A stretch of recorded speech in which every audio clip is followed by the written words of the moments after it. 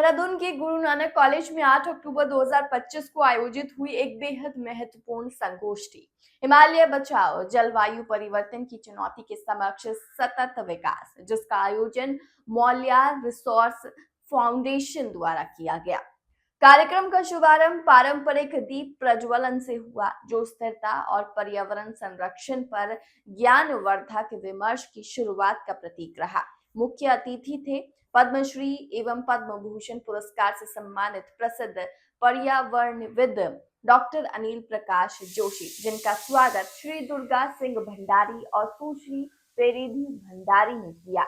इस अवसर पर मंच पर उपस्थित रहे विशिष्ट अतिथि श्री कल्याण सिंह रावत, पद्मश्री प्राप्त पर्यावरणविद एवं मैती आंदोलन के संस्थापक Shri Bhupendra Singh Arora, CEO BXIT college एवं गुरु नानक कॉलेज, प्रोफेसर राजेंद्र सिंह नेगी, प्रमुख ग्रामीण प्रौद्योगिकी विभाग HND गढ़वाल विश्वविद्यालय श्री मनोज बर्थवाल, पूर्व कार्यकारी निदेशक ONGC श्री सुधीर कुमार सुंदरीयाल, संस्थापक भालू लगर्स ट्रस्ट एवं सामाजिक कार्यकर्ता श्री दुर्गा सिंह भंडारी फाउंडेशन के मुख्य समन्वयक तथा डॉक्टर लक्ष्मी प्रिया विंजमुरी, प्रोफेसर उत्तरांचल लॉ यूनिवर्सिटी। संगोष्ठी के दौरान श्री दुर्गा सिंह भंडारी ने मौल्यार रिसोर्स फाउंडेशन की गतिविधियों, उद्देश्यों और मिशन का विस्तृत परिचय दिया। उन्होंने बताया कि फाउंडेशन पर्यावरणीय चुनौतियों और सामाजिक असमानताओं से निपटने के लिए प्रतिबद्ध है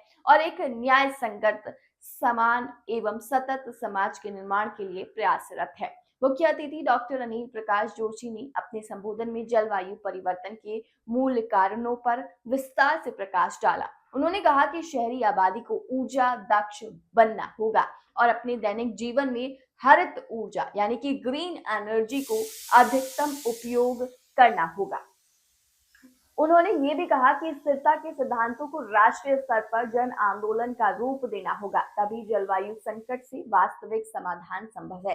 इसके बाद आयोजित हुई पैनल चर्चा, जिसका संचालन श्री मनोज बर्थवाल, पूर्व कार्यकारी निदेशक ONGC ने किया। इस चर्चा में शामिल रहे श्री कल्याण सिंह रावत, प्रोफेसर RS नेगी, श्री सुधीर कुमार सुंदरीयाल, श्री माघवेंद्र सिंह रावत, वन सरपंच एवं अध्यक्ष eco tourism committee herbal Uttarkashi, Shri Abhishek Mishra, संस्थापक उन्नत भारत एवं फेडरेशन ऑफ सोशल ऑर्गेनाइजेशन नई दिल्ली, तथा डॉक्टर लक्ष्मी प्रिया विंजमुरी।